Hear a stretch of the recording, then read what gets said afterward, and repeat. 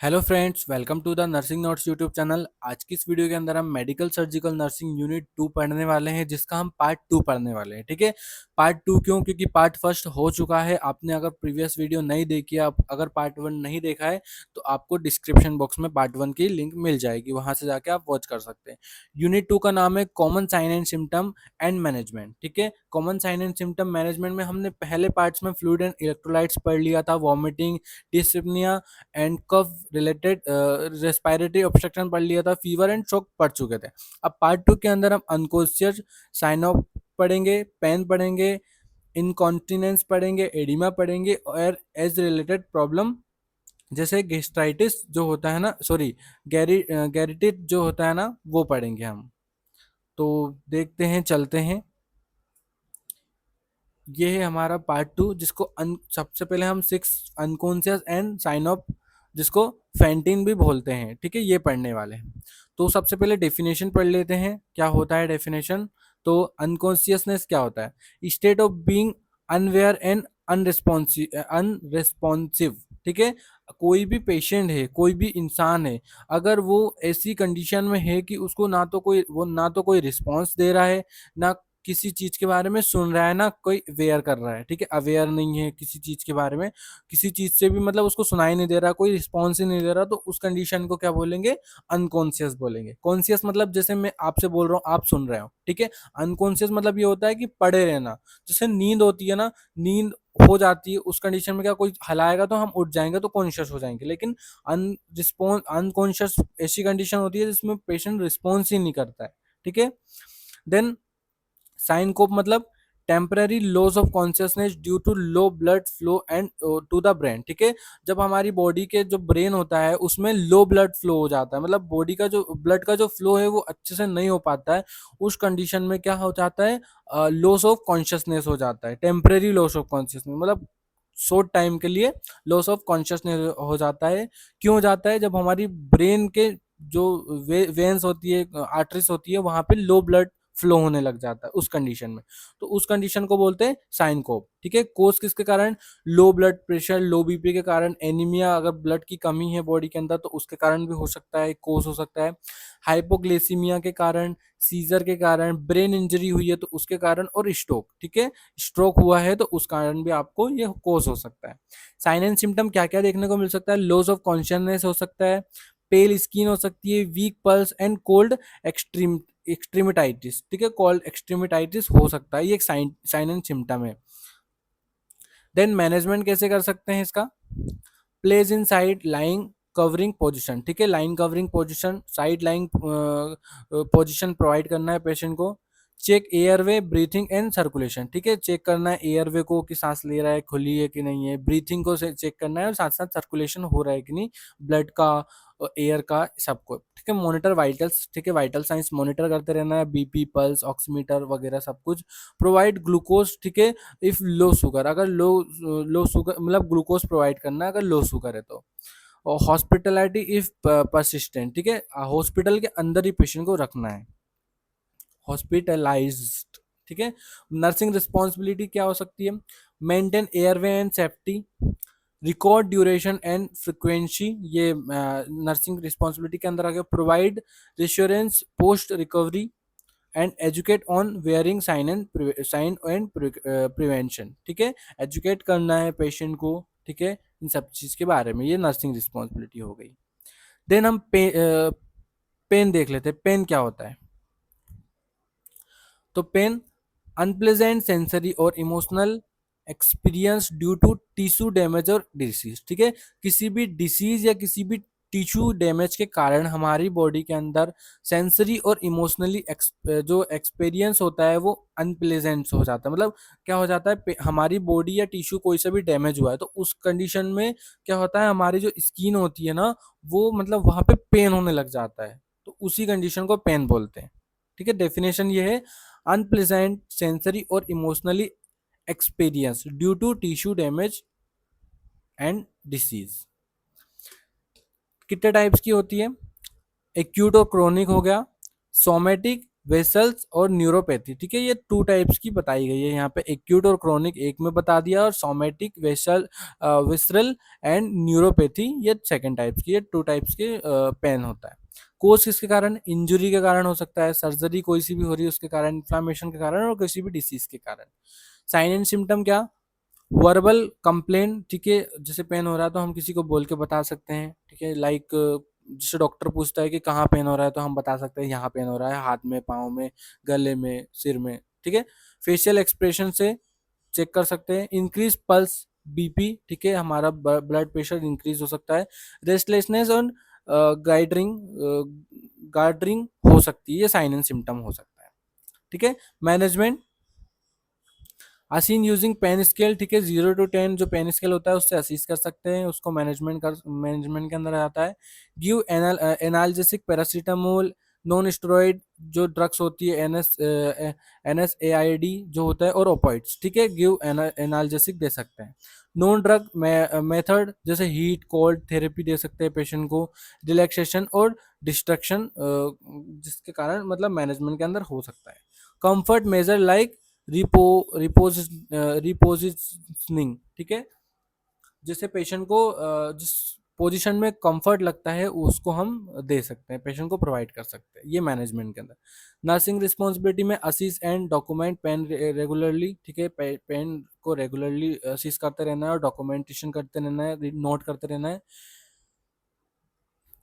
Evaluate effectiveness and interventions, ठीक है, evaluate करते रहना है। Educate patient about pain relief option, ठीक है, पेशेंट को जैसे पेन जो भी है उसका रिलीफ हो रहा है कि नहीं हो रहा है, एजुकेट करते रहना है कि कैसे क्या करना है आपको, टाइम टू टाइम दवाई लेना है। प्रोवाइड इमोशनल सपोर्ट, पेशेंट को इमोशनल सपोर्ट भी प्रोवाइड करना है।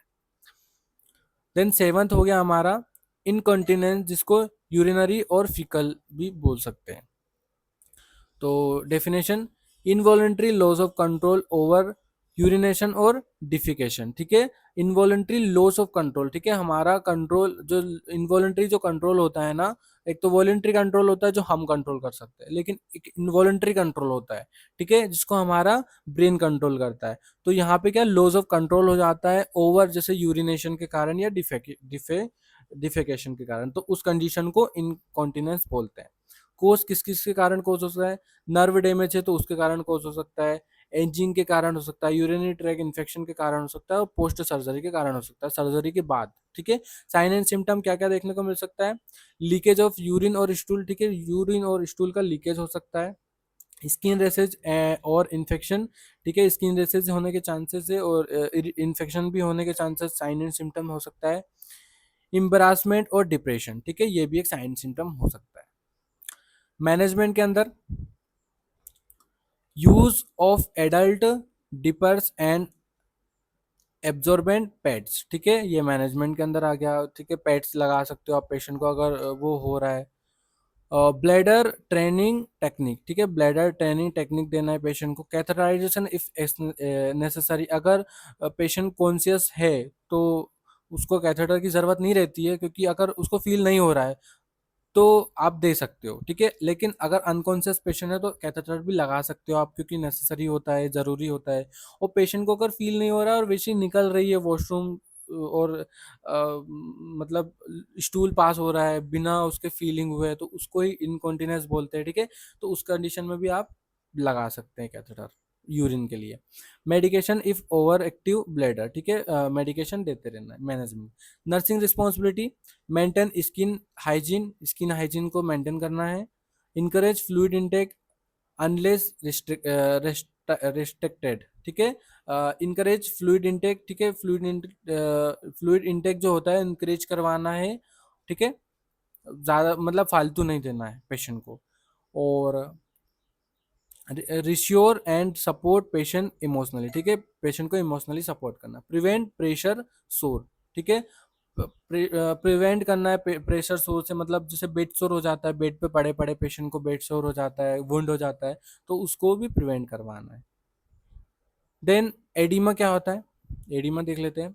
Abnormal accumulation of fluid in the body tissue, ठीक है, हमारी बॉडी के कोई से भी टिश्यू में एक्यूमुलेशन हो जाता है फ्लूइड का, मतलब फ्लूइड का बढ़ जाना, ठीक है, उस कंडीशन को एडिमा बोलते हैं। ठीक है, कोई सी भी जैसे स्किन है, ठीक है, अभी स्किन क्या नॉर्मल है, लेकिन यहाँ पे फ्लूइड का एक्युमुलेशन या फ्लूइड का ज्यादा बहाव हो जाता है, फ्लूइड ज्यादा हो जाता है, तो उस कंडीशन में एडिमा कोज होता है। कोज हार्ट फेल के कारण, हार्ट फेलियर के कारण, किडनी डिसीज के कारण, लीवर फेलियर के कारण और माल न्यूट्रिशन के कारण हो सकता है कोज।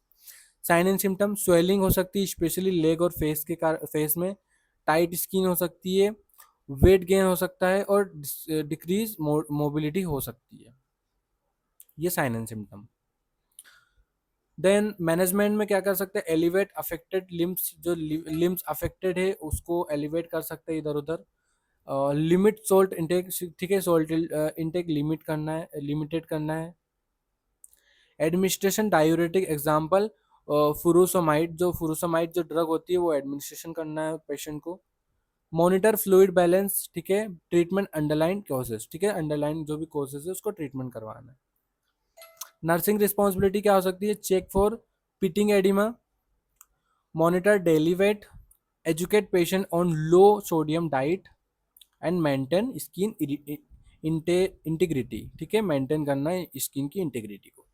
देन एज रिलेटेड प्रॉब्लम्स, जिसको गेरिटिया गेरी गेरी गेरियाट्रिक्स भी बोलते हैं। कॉमन कंडीशन लाइक क्या हो गया, डेमेंशिया हो सकता है, अल्जाइमर डिसीज हो सकती है, ओटियो अर्थराइटिस हो सकता है, urinary incontinence, hearing and vision loss, depression और लोनेरा लोरेलिन्स, ठीक है, ये कॉमन कंडीशन हो गई जो एज रिलेटेड प्रॉब्लम्स होती है।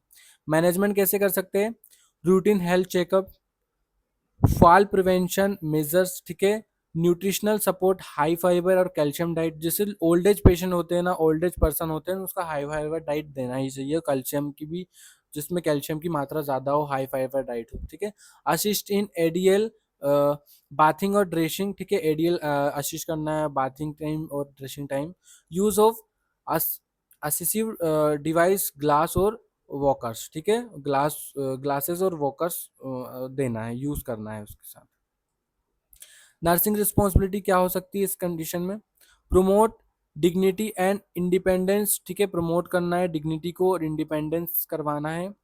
Encourage social interaction, providing emotional support, educate family and जो गैरिटियाटिक जो होती है केयर प्रोवाइड करना है पेशेंट को, ओल्ड पेशेंट को, क्योंकि देखो इस कंडीशन में क्या हो जाती है पेशेंट को, मतलब जैसे ओल्ड एज पर्सन होता है उनको थोड़ा सा बहुत ज़्यादा प्रॉब्लम होती है, क्योंकि देखो उनका डायबिटीज़ भी थोड़ा बढ़ा हुआ होता है ओल्ड पेशेंट को।